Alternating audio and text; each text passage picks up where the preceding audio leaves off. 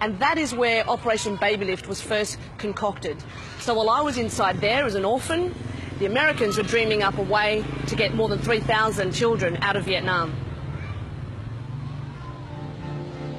The Americans justified the evacuation by insisting the orphans would be harmed by the communists if they stayed. So it followed that me and 3,000 other orphans should be grateful to the architects of Operation BABYLIFT. I wanted to meet one of them to better understand why I had to leave Vietnam.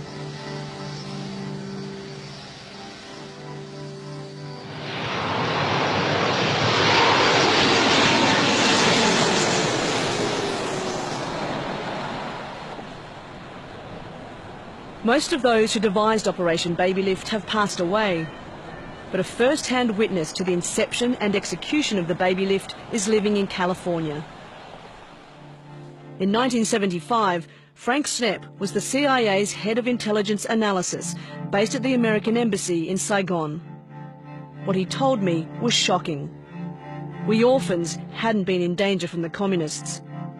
That was a lie to persuade American politicians to spend more money on the war and South Vietnam would be saved.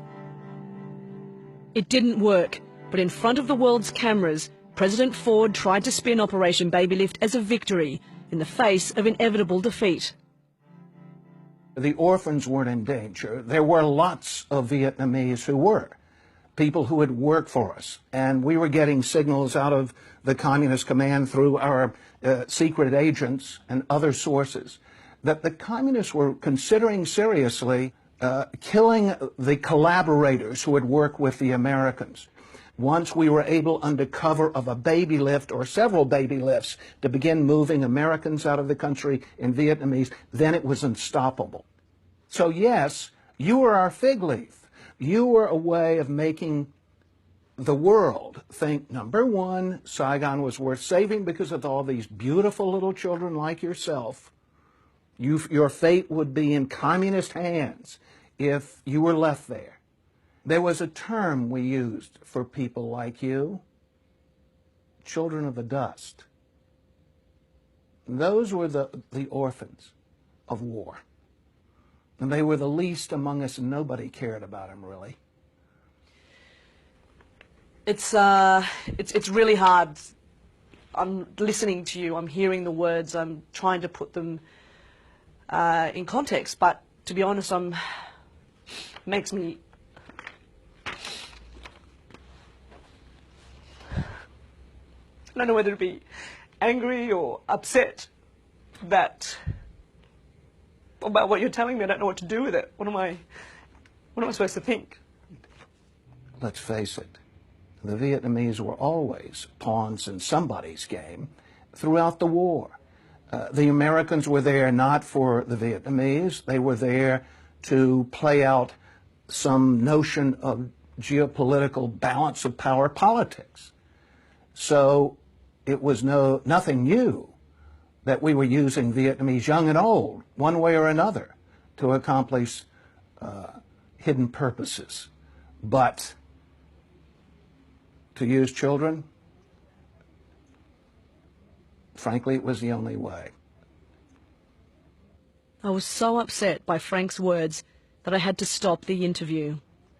He completely shattered my belief that Operation BABYLIFT was for my own good.